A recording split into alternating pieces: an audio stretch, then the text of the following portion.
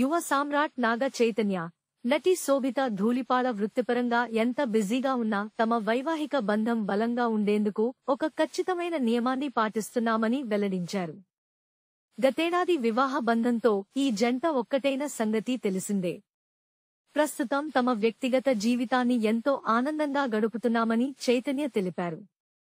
తాజాగా ఓ ప్రముఖ మ్యాగజైన్కు ఇచ్చిన ఇంటర్వ్యూలో ఆయన తన పర్సనల్ లైఫ్, వృత్తిపరమైన ఆసక్తుల గురించి పలు ఆసక్తికర విషయాలను పంచుకున్నారు. వివాహం తర్వాత తమ జీవితం ఎంతో సంతోషంగా సాగుతోందని నాగ చైతన్య అన్నారు.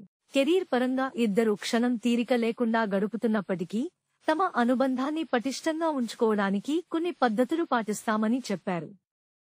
వృత్తిపరమైన పనుల వల్ల మేమిద్దరం కలిసి గడిపే సమయం తక్కువగా ఉంటుంది. అందుకే ఆ బంధాన్ని నిలబెట్టుకోవడం కోసం కొన్ని రూల్స్ పెట్టుకున్నాం. ముఖ్యంగా మేమిద్దరం హైదరాబాద్లోనే ఉన్నప్పుడు ఉదయం, రాత్రి భోజనం తప్పనిసరిగా కలిసే చేయాలని నిర్ణయించుకున్నాం అని చైతన్య వివరించారు.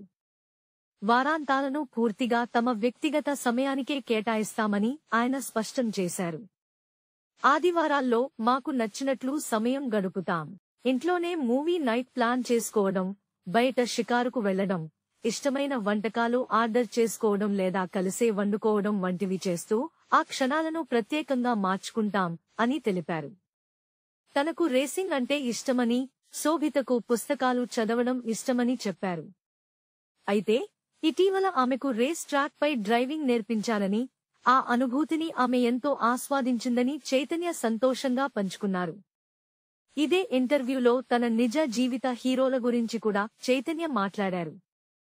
తన కుటుంబ సభ్యులు కాకుండా పారిశ్రామికవేత్త రతన్ టాటా అంటే తనకు ఎంతో గౌరవమని, ఆయన్ను ఒక స్ఫూర్తి ప్రదాతగా చూస్తానని చెప్పారు. ఎలాన్ మస్క్ జీవిత ప్రయాణం నన్ను ఆశ్చర్యపరుస్తుంది. హాలీవుడ్ దర్శకుడు క్రిస్టోఫర్ నోలన్ అంటే కూడా నాకు అభిమానం. ఇక మన తెలుగు చిత్ర పరిశ్రమకు వస్తే దర్శకుడు రాజమౌళి అంటే ఎంతో ఇష్టం అని నాగ చైతన్య తన అభిప్రాయాలను వెల్లడించారు. Please subscribe BCN channel. Please subscribe BCN channel. ఇందులో మీకు కావాల్సిన అన్ని రకాల హంగులు ఉంటాయి. Hi, this is MM Sri Lanka. Please subscribe to BCN channel.